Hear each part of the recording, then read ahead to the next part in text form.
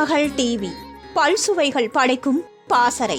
நடிகர் திலகம் சிவாஜி கணேசன் பல படங்களில் இரட்டை வேடத்தில் நடித்துள்ளார். 3 வேடங்களில் நடித்துள்ளார்.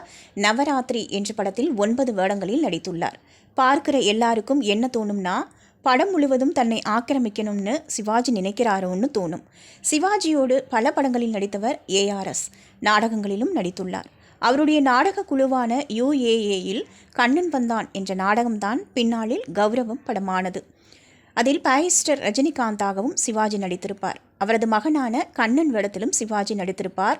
இதை பார்த்துவிட்டு ஏஆர்எஸ் சிவாஜியிடம், நீங்கள் இந்த ரஜினிகாந்த் வேடத்தை மட்டும் பண்ணிட்டு அந்த கண்ணன் வேடத்துக்கு வேற யாரையாவது போட்டிருக்கலாம் இல்லையான்னு கேட்டார். அதற்கு சிவாஜி சொன்ன பதில் என்னை ஒரு அரை மணி நேரம் சிந்திக்க வைத்தது என்று சொல்கிறார் ஏஆர்எஸ். அதற்கு சிவாஜி என்ன பதில் சொன்னாருன்னு பாருங்க. பாரிஸ்டர் ரஜினிகாந்தோட ரோலை நான் பார்த்த உடனே படம் முழுக்க ஆக்கிரமிக்கிற ரோல்னு நான் புரிஞ்சுக்கிட்டேன். அதில் மட்டும் நான் கவனம் செலுத்தி நடிச்சிருந்தா நிச்சயமாக இந்த படம் பார்த்துட்டு போகிற எல்லா மக்களின் மனதிலும் அந்த பாரிஸ்டர் ரோல் மட்டும்தான் இருக்கும். கண்ணன் பாத்திரம் தெரியாமல் போயிருக்கும்.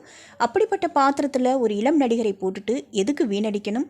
அதன் காரணமாகத்தான் அந்த பாத்திரத்தையும் நான் ஏற்று நடித்தேன் என்று ஏஆர்எஸ்க்கு பதில் சொன்னார் சிவாஜி. வெளியிலிருந்து பார்க்குறவங்களுக்கு என்ன தோணும்? சிவாஜி எல்லா பாத்திரத்திலும் நடிக்கணும்னு நினைக்கிறாரு போல, அந்த பாத்திரத்தை கூட விட்டு கொடுக்கல என்பதாகத்தான் இருக்கும். ஆனால் அதுக்குள்ளே எப்படிப்பட்ட ஒரு நுட்பமான காரணம் இருந்ததுன்னு இப்போதானே தெரியுது. திருமகள் டிவியை லைக் செய்து உங்கள் நண்பர்களுக்கும் ஷேர் செய்வதுடன் சப்ஸ்கிரைப் செய்து ஆதரவு தாருங்கள்.